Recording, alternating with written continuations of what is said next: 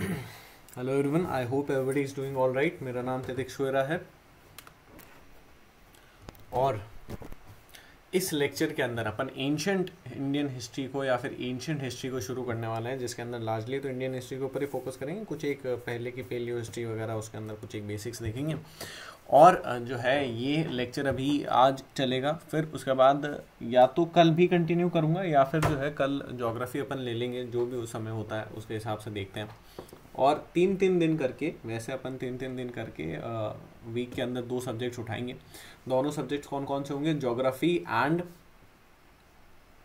एक मिनट है ना,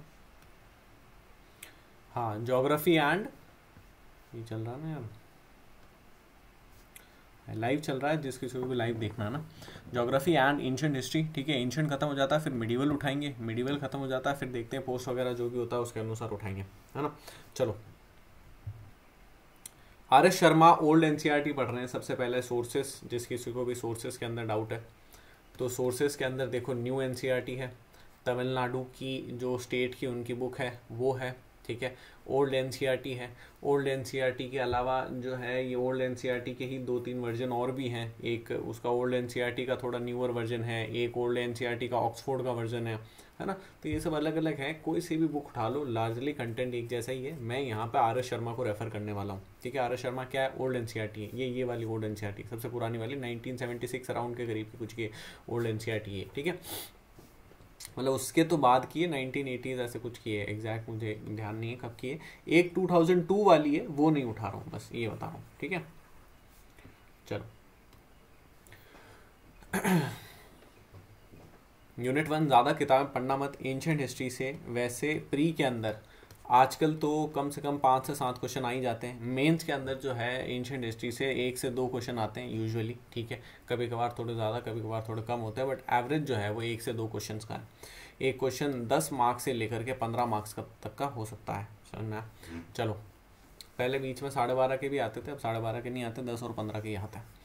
और जिस किसी के लिए एंशिएंट हिस्ट्री ऑप्शनल है वो यहाँ पे इनको समरी टाइप के लिए पढ़ सकता है, लेकिन उनको तो बहुत ज़्यादा डीप में वैसे भी जाना ही पड़ेगा, तो वो एक अलग बात हो जाती है।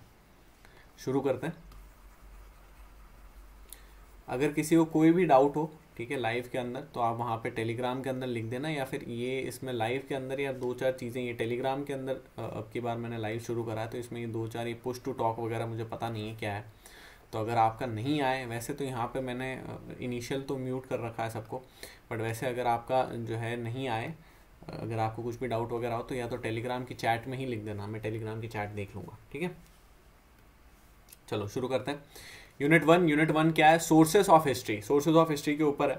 अब इस यूनिट 1 को अगर आप देखो तो यहाँ पे सोर्सेस ऑफ हिस्ट्री कितने दे रखे हैं? 2 तरीके के सोर्सेज अपन डिस्कस करने वाले हैं। पहले जो सोर्सेज हैं वो सोर्सेज अपन इनको देखेंगे, ये सारे कहीं ना कहीं excavation, inscription, coins, seals, monuments, इनके रिगार्डिंग आते हैं, समझ में आया, ठीक है। जिन्हें अपन आर्कियोलॉजिकल सोर्सेज कहते हैं। क्या कहते हैं? आर्कियोलॉजिकल सोर्सेज कहते हैं, समझ में आया।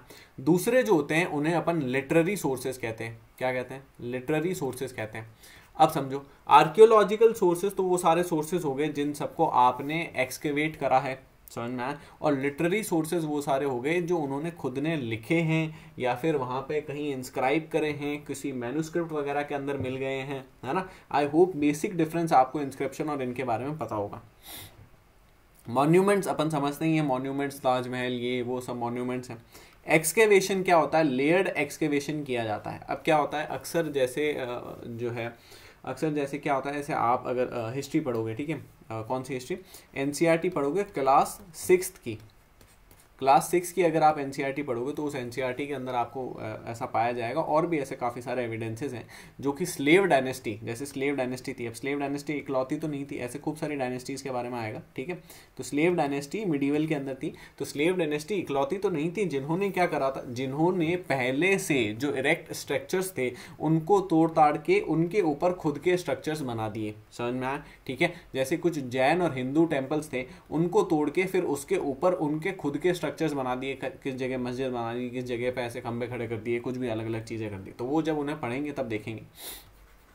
तो अब ऐसा तो है नहीं कि स्लेव्स इकलौतों ने ऐसा काम करा था, बाकी लोग भी ऐसा करते थे। इसका प्राइमरी पर्पस ये होता था कि भाई मतलब ये रिलीजन को और उसको नीचा दिखाना इतना ज़्यादा नहीं होता था, बल्कि ये होता था कि अब तुम्हारा वो रूलर जा चुका है, अब तुम्हारे वो दिन जा चुके हैं और अब तुम्हारे ये दिन आ चुके हैं, अब हम तुम्हारे रूलर हैं, अब हम तुम्हें रूल कर रहे हैं और अब हम तुम्हारे किंग हैं, तो हमारी अथॉरिटी को एक्सेप्ट करो, हमारे रिलीजन को एक्सेप्ट करो, हम जो भी तुम्हें प्रोवाइड कर रहे हैं उसे एक्सेप्ट करो। समझ में आया? चलो फिर क्या चीज़ है, तो यहाँ पे अपन ने आर्कियोलॉजिकल एविडेंसेस या आर्कियोलॉजिकल सोर्सेस कौन कौन से देखे, monuments, excavations, inscriptions and coins और सील्स। समझ में आया? लिटरेरी के अंदर कुछ रिलीजियस टेक्स्ट आते हैं, कुछ सेक्युलर टेक्स्ट आते हैं जिसके अंदर लॉ और बायोग्राफीज वगैरह ये सारे आ जाएंगे, और कुछ फॉरेन अकाउंट्स वगैरह ये सारे आएंगे। चलो एक यहाँ पे एक एक्स्ट्रा फैक्ट टाइप दे रखा है, ठीक है, एनसीईआरटी के अंदर। इस एक्स्ट्रा फैक्ट को आप अलग से समझ सकते हो। ये क्या चीज़ है? मेगालिथ्स। What are megaliths? तो मेगालिथ्स क्या होती है? ये ग्रेव्स होती है जिनको बड़े बड़े स्टोन्स एनसर्कल करते हैं। समझ में आया? ठीक है, अब ये जो बड़े बड़े स्टोन्स होते हैं, यहाँ पे बीच में ग्रेव होगी और इसके आजू बाजू ऐसे खूब सारे बड़े बड़े स्टोन्स लगा देंगे। इसके बारे में एनसीईआरटी जो लोअर क्लास के एनसीईआरटी उनके बारे में भी दे रखा है, लेकिन अपने लिए बहुत ज़्यादा काम का है कि नहीं। प्री के अंदर अगर क्वेश्चन आ जाए तो बेसिक याद रखना, मेगालिथ का ये मतलब होता है। मोनोलिथ का क्या मतलब होता है, ये आप लोग मुझे कमेंट सेक्शन के अंदर लिख कर बताएं, या फिर जो भी लाइव देख रहे हो टेलीग्राम में लिख कर बताएं, ठीक है। नेक्स्ट देखो कॉइन्स। कॉइन्स की अगर बात करें तो कॉइन्स अपन को क्या जवाब देते हैं? सबसे पहले दिस इज इंपॉर्टेंट, ठीक है, कि what does coins tells us. तो coins tells us, coins answers are 3 primary questions which are what was the political scenario, ठीक है, second what was the economic scenario, and third what was the cultural scenario. समझ में आया? ठीक है, अब coins की जो स्टडी होती है उसे अपन न्यूमिस्मैटिक्स कहते हैं। क्या कहते हैं? न्यूमिस्मैटिक्स कहते हैं। एक बार एक बेसिक आइडिया देता हूँ। देखो क्या पढ़ रहे हैं? सोर्सेस ऑफ हिस्ट्री पढ़ रहे हैं, है ना। एंशिएंट इंडिया पढ़ रहे हैं, इसके अंदर सोर्सेस ऑफ हिस्ट्री पढ़ रहे हैं। इस सोर्सेस ऑफ हिस्ट्री के अंदर अपन एक आर्कियोलॉजिकल सोर्सेज देखेंगे, एक लिटरेरी सोर्सेज देखेंगे। आर्कियोलॉजिकल सोर्सेज जो है इंस्क्रिप्शंस और कॉइन्स, और इनके ऊपर अपन फोकस करने वाले हैं, है ना, inscriptions and coins. Literary sources के अंदर रिलीजियस टेक्स्ट के ऊपर फोकस करेंगे, रिलीजियस टेक्स्ट के अलावा लॉ बुक्स वगैरह के ऊपर, बायोग्राफीज के ऊपर, और उसके अलावा जो अदर बुक्स है उनके ऊपर फोकस करेंगे। समझ में? ठीक है, अब समझो इंस्क्रिप्शंस के अंदर अपन मल्टीपल अलग अलग इंस्क्रिप्शन देखेंगे, जैसे कि अशोका का इंस्क्रिप्शन। अशोका के इंस्क्रिप्शन के अलावा जो है एक बुक लिखी गई थी, इंस्क्रिप्शन को कंपाइल करा गया था अलेक्जेंडर कनिंगम ने, तो उसके बारे में देखेंगे। उसके अलावा अपन क्या देखेंगे? जेम्स प्रिंसेप ने जो अशोका के जो इंस्क्रिप्शंस वगैरह थे, अशोका की जो राइटिंग वगैरह थी, उस टाइम की जो भी चीज़ें थी उनको डिकोड करा, उसे देखेंगे। उसके अलावा कुछ एक जो है अपन सील्स वगैरह, कॉइन्स वगैरह, वो सब चीज़ें अपन समझेंगे। किसकी? हड़प्पा की, तो इंडस वैली सिविलाइजेशन की। इसको डीप में अपन समझने वाले हैं जब इंडस वैली सिविलाइजेशन का अपन जो है चैप्टर उठाएंगे। पहले अपन क्या उठा रहे हैं समझो। सबसे पहले अपन यहाँ पे ये कुछ बेसिक आइडियाज़ देखेंगे जो कि फर्स्ट 4 चैप्टर्स के अंदर है। एनसीईआरटी के फर्स्ट 4 चैप्टर्स के अंदर जो बेसिक आइडियाज़ हैं उन्हें देखेंगे। उसके बाद अपन जो है सीधा वैदिक एज के ऊपर आएंगे। बीच में 2 चैप्टर अपन छोड़ देंगे। वो 2 चैप्टर कौन से होंगे? IVC, Chalcolithic. 3 चैप्टर छोड़ देंगे, sorry, IVC, Chalcolithic and stone age, ठीक है। तो ये 3 चैप्टर जो है अपन बाद में करेंगे। ऐसा नहीं है कि इंपॉर्टेंट नहीं है, बहुत ज़्यादा इंपॉर्टेंट है, स्पेशली आईवीसी तो बहुत ज़्यादा इंपॉर्टेंट है। उसके बाद चालको और फिर स्टोन एज।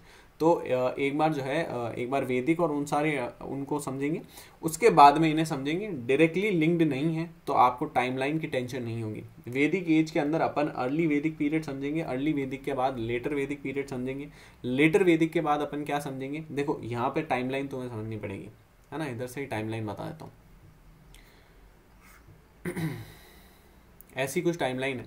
सबसे पहले अपन देखते हैं पेलियो, है ना, पेलियोलिथिक एज। पेलियोलिथिक एज का मतलब होता है ओल्ड स्टोन एज।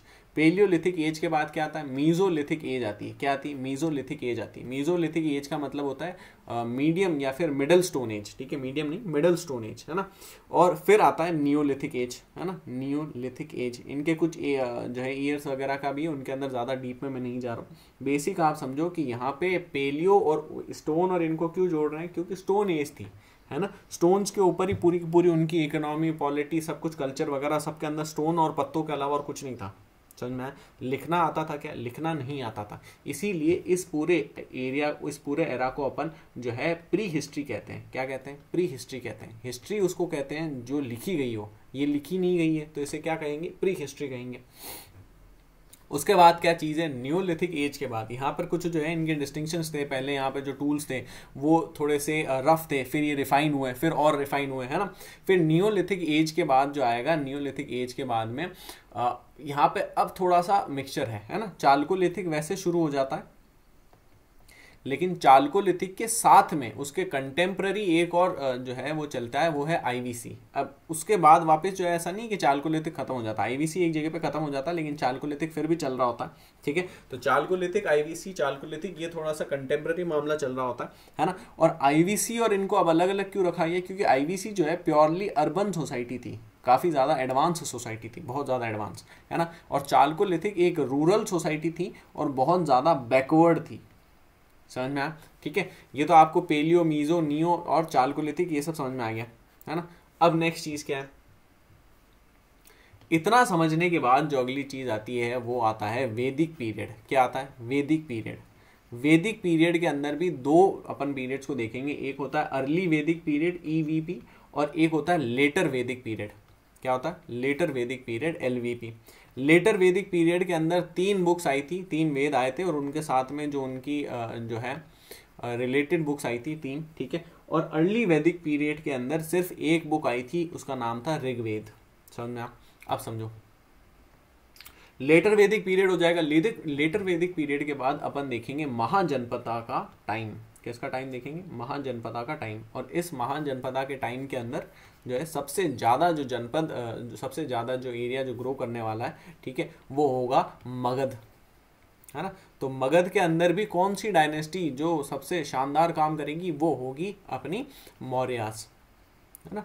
मौर्या से पहले एक बार अपन नंदा के बारे में भी कुछ एक बेसिक देखेंगे, ठीक है। महापद्मानंदा वगैरह वगैरह इनके बारे में कुछ बेसिक देखेंगे, फिर मौर्यास को देखेंगे, फिर मौर्यास के बाद जो रिलेटेड पोस्ट मौर्य आई, है ना, उन्हें देखेंगे। तो मौर्यास के बाद क्या आएगा? मौर्यास के बाद में, जैसे यहाँ पे लिख देते हैं, मौर्यास के बाद में पोस्ट मौर्य आएंगे। समझना? पोस्ट मौर्य के बाद क्या चीज आएगी? पोस्ट मौर्य के बाद गुप्ताज आएंगे। इन पोस्ट मौर्यास के अंदर भी अपन कुछ फॉरेन जो है रूलर्स को देखेंगे और कुछ इंडियन जीनियस को देखेंगे, ठीक है, जो कि यहीं के इंडियन नहीं है, इंडिजीनियस है। समझ में आया?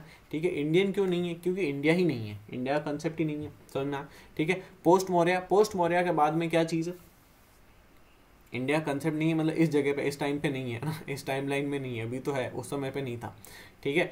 पोस्ट मौर्य के बाद अपन नेक्स्ट चीज़ क्या देखेंगे? पोस्ट मौर्य के बाद अपन देखेंगे गुप्ताज की एज को, ठीक है। गुप्ताज की एज को देखेंगे, गुप्ता के अंदर कौन कौन आए उन्हें देखेंगे। गुप्ता को देखने के बाद अपन जो है जो इम्पोर्टेंट जो रहे हैं, ठीक है, हर्षवर्धना, ठीक है, तो हर्षवर्धना को देखेंगे। हर्षवर्धना के बाद अपन क्या देखेंगे? हर्षवर्धना के बाद जो है अब धीरे धीरे अपन आगे जाने लगेंगे अर्ली मिडीवल या फिर जो है मिडीवल सोसाइटी की तरफ। समझ में आया? जिसके अंदर अपन सतवानास और सतवानास के अलावा जो है नीचे राष्ट्रकूटास और अपने पालास, है ना, और गुजर प्रतिहारास, ठीक है, और गुजर प्रतिहारा के अलावा चोला, चेरा, पांड्या, ठीक है, इन सबको देखेंगे, ठीक है। फिर इन्हें देखने के बाद कहाँ चलेंगे? इन्हें देखने के बाद ये कहीं ना कहीं लार्जली ख़त्म हो जाएगा। उसके बाद मिडीवल शुरू होगा। मिडीवल के अंदर फर्स्ट जो डायनेस्टी आएगी या फर्स्ट जो है जो भी रूल आएगा वो होगा स्लेव डायनेस्टी। समझ में आया? Slave dynasty. तो इसको देखेंगे यहाँ से लेकर तक के औरंगजेब, इस पूरे के पूरे रीजन को अपन देखेंगे। पहले एंशिएंट कवर करेंगे, एंशिएंट यहाँ तक है, इसके बाद में मिडीवल आ जाएगा। समझ में आया? इसके अंदर अगर कोई भी डाउट हो तो बताना, ठीक है। चलो, और इसके अंदर, इस वीडियो के अंदर या फिर अभी जो अपन पढ़ रहे हैं उसके अंदर क्या पढ़ेंगे ये सब आपको समझ में आ गया। आईवीसी वगैरह ये देखेंगे। कॉइन्स के अंदर अपन देखेंगे भी कॉइन्स अपन को 3 चीज़ें सीखने को मिलती है। कौन सी? पॉलिटिकल सिनेरियो क्या था, उसके अलावा कल्चरल सिनेरियो क्या था, और इकोनॉमिक सिनेरियो क्या था, है ना। और क्या चीज़ है? रिलीजियस टेक्स्ट आएंगे। तो रिलीजियस टेक्स्ट के अंदर भी अपन मल्टीपल देखेंगे, जैसे वेद को देखेंगे, महाकाव्य को देखेंगे, है ना। महाकाव्य के अलावा अपन जो है जो बाकी क्या है, ठीक है, जैसे कि अपने उपनिषद और अरण्यक वगैरह वगैरह उन सबको देखेंगे। लॉ बुक के अंदर अपन जो है यहाँ पर कुछ स्मृतिज को देखेंगे, स्मृतिज के अलावा जो है अपना अर्थशास्त्र को देखेंगे, है ना। बायोग्राफीज, मल्टीपल अलग अलग बायोग्राफीज आएंगी और अदर बुक्स आएंगी, ठीक है। चलो, तो कॉइन्स की स्टडी को क्या बोलते हैं? कॉइन्स की स्टडी को न्यूमिस्मैटिक्स बोलते हैं। क्या बोलते हैं? न्यूमिस्मैटिक्स बोलते हैं। यहाँ पर ये 3 क्वेश्चंस का जवाब देते हैं। पॉलिटिकल सिनेरियो क्या था, इकोनॉमिक सिनेरियो क्या था और कल्चरल सिनेरियो क्या था। पॉलिटिकल सिनेरियो जैसे कि कौन सा रूलर था, ठीक है, कौन सा रूलर था, किसका रूल था, कौन सी डायनेस्टी वगैरह थी, है ना, और बाकी के अदर इंपॉर्टेंट पर्सन्स कौन कौन से थे। जैसे कि यहाँ पर ये मैंने वो ऐसे नहीं लगाया, बट मैं आपको समझाता हूँ। जैसे कि एनसीईआरटी के अंदर लिखा हुआ है, ओल्ड एनसीईआरटी जिसकी मैं बात कर रहा हूँ, उसके अंदर लिखा हुआ है कि कुछ जो है रूलर ऐसे भी थे जो कि वहाँ के जो इंपॉर्टेंट जो रिच पीपल होते थे, ठीक है, उनके रेन के जो रिच पीपल होते थे उनको मिंटिंग का काम देते थे, कॉइन मिंटिंग का काम देते थे। समझ में आया? तो वो भी अपने आप में इंपॉर्टेंट है ना। समझ में आ गया कि भाई ये इंपॉर्टेंट, अदर इंपॉर्टेंट पर्सन ये सारे हैं, ठीक है। उसके अलावा इकोनॉमिक सिनेरियो अपन समझेंगे कि जैसे गुप्तास के टाइम पे इकोनॉमी अच्छी फ्लरिश कर रही थी, इसलिए गुप्तास के खूब सारे कॉइन्स मिले अपन को। वहीं पोस्ट गुप्ता एरा के इतने ज्यादा कॉइन्स नहीं मिले हैं। समझ में आया? तो अपन को समझ में आता है कि पोस्ट गुप्ता के अंदर इकोनॉमी इतनी बढ़िया नहीं रही होगी, ठीक है।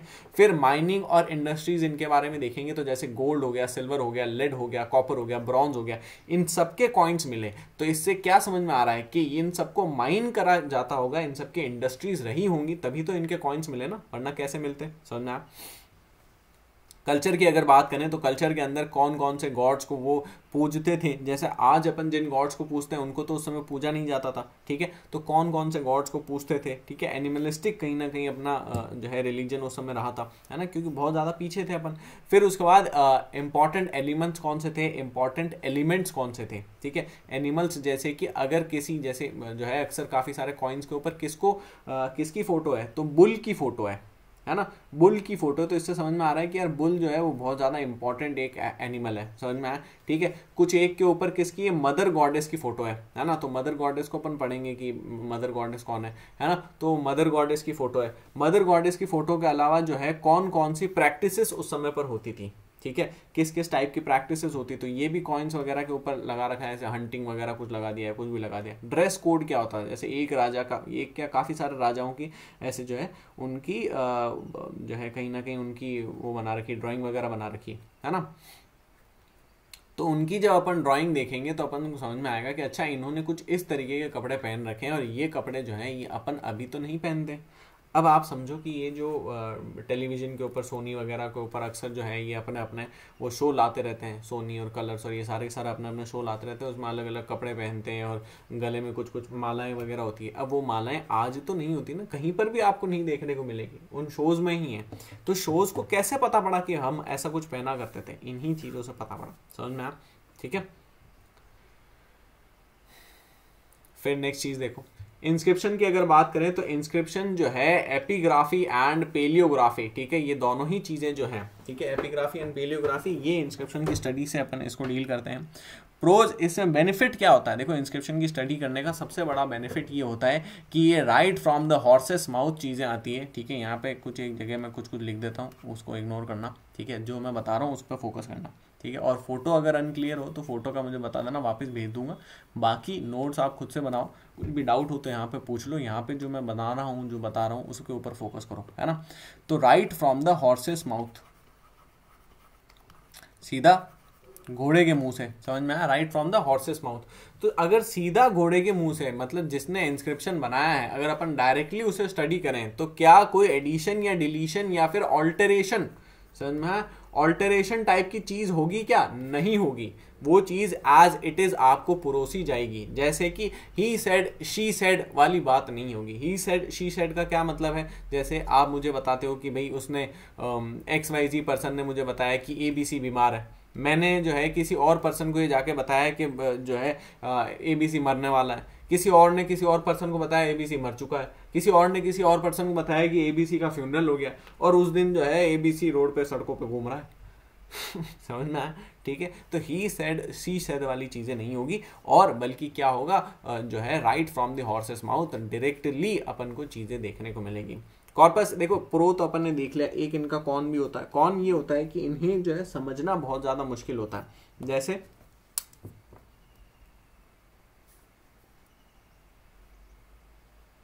हाँ, तो इन्हें समझना बहुत मुश्किल होता है। जैसे जो अशोकन इंस्क्रिप्शंस थे, ठीक है, उन्हें समझने की ऐसा नहीं है जेम्स प्रिंस से पहले ही थे, है ना, जेम्स प्रिंस से पहले ही थे, इनसे पहले भी कुछ लोगों ने कोशिश करी। यहाँ पे समझो, ये अशोकन प्रिंसिपल है ना, और ये है फिरोज शाह तुगलक। अब फिरोज शाह तुगलक ने भी कोशिश करी थी इनको समझने की, और 2-3 पिलर भी लेकर आए थे। वो कहाँ से? मेरठ से। कहाँ पर? दिल्ली में। लेकिन क्या वो इन्हें समझ पाए? नहीं समझ पाए। पहले उनके अलावा भी दूसरे रूलर्स ने कोशिश करी, लेकिन नहीं समझ पाए। फिर जेम्स प्रिंसेप ने फाइनली डिकोड करा। तो इतना आसान नहीं होता है, रिसोर्सेज वगैरह लगते हैं, मेहनत लगती है, टाइम लगता है, समझना है। उसके अलावा क्या चीज़ है? कॉर्पस। यहाँ पे देखो एक बुक है, इस बुक के बारे में दे रखा है, कॉर्पस इंस्क्रिप्टनम एंड इंडिकारम। ठीक है, एक ही नाम है, कॉर्पस इंस्क्रिप्टनम इंडिकारम। ये क्या चीज़ है? ये एक बुक है, किसने लिखी थी? अलेक्जेंडर कनिंगम ने लिखी थी। अलेक्जेंडर कनिंगम के बारे में आपने सुना ही होगा, आर्ट एंड कल्चर में भी इनका नाम आता है। आर्ट एंड कल्चर के अलावा जो है एंशिएंट हिस्ट्री के अंदर भी इनका नाम आता है। ये फर्स्ट गवर्नर थे किसके? ASI के।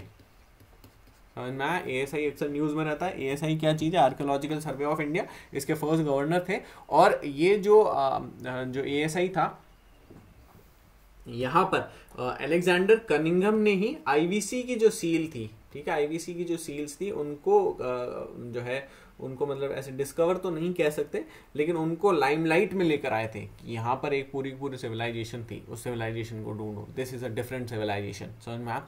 तो कॉर्पस इंस्क्रिप्टनम इंडिकारम, ठीक है, मल्टी वॉल्यूम बुक थी, जिसके अंदर मौर्य से लेकर के पोस्ट और गुप्ताज इन सब के बारे में है। अब ये बुक अपने लिए क्यों इंपॉर्टेंट है? यूजुअली लोग इसके बारे में पढ़ते नहीं है, देखते नहीं है, लेकिन अपने लिए इसलिए इंपॉर्टेंट है क्योंकि इसी तरीके से उल्टा सीधा जो है अलग अलग बुक्स के ऊपर क्वेश्चन आजकल प्री के अंदर आते हैं।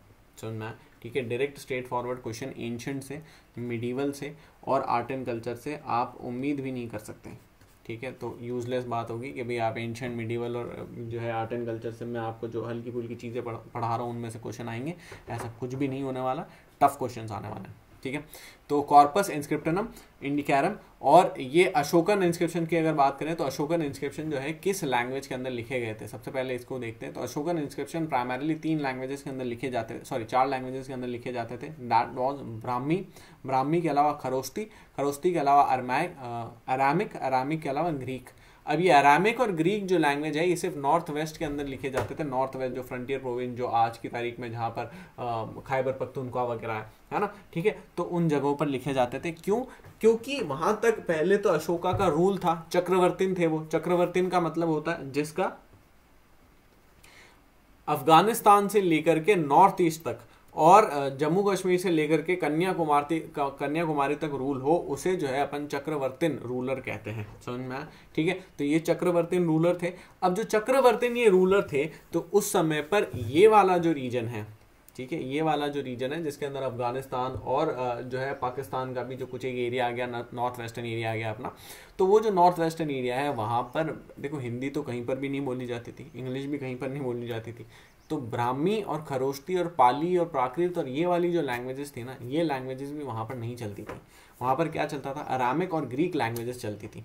इसीलिए नॉर्थ वेस्टर्न रीजन के अंदर अरामिक और ग्रीक लैंग्वेजेस के अपन को इंस्क्रिप्शन मिले हैं अशोका के, धम्मा वगैरह के इंस्क्रिप्शन से। वो मौर्य पीरियड आएगा तब समझेंगे, है ना। ब्राह्मी की अगर बात करें तो ब्राह्मी एक ऐसी लैंग्वेज है जिसे लेफ्ट टू राइट लिखा जाता है। लेफ्ट टू राइट का मतलब होता है जैसे अपन जो है उर्दू लिखते हैं, तो उर्दू यहाँ से लिखते हैं ना, ऐसे ऐसे ऐसे ऐसे उर्दू लिखते हैं, वहीं इंग्लिश अपन ऐसे ऐसे लिखते हैं। समझ में आया?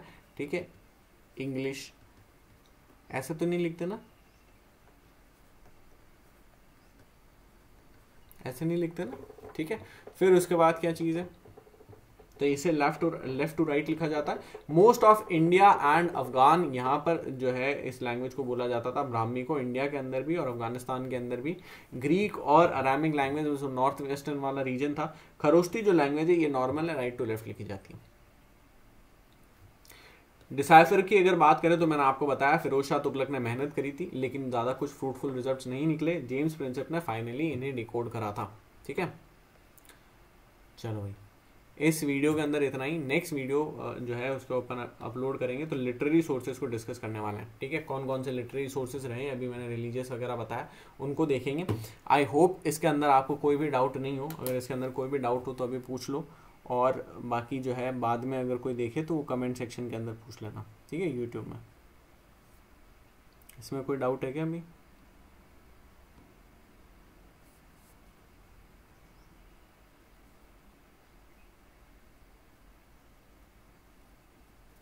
राइट, चलो थैंक यू।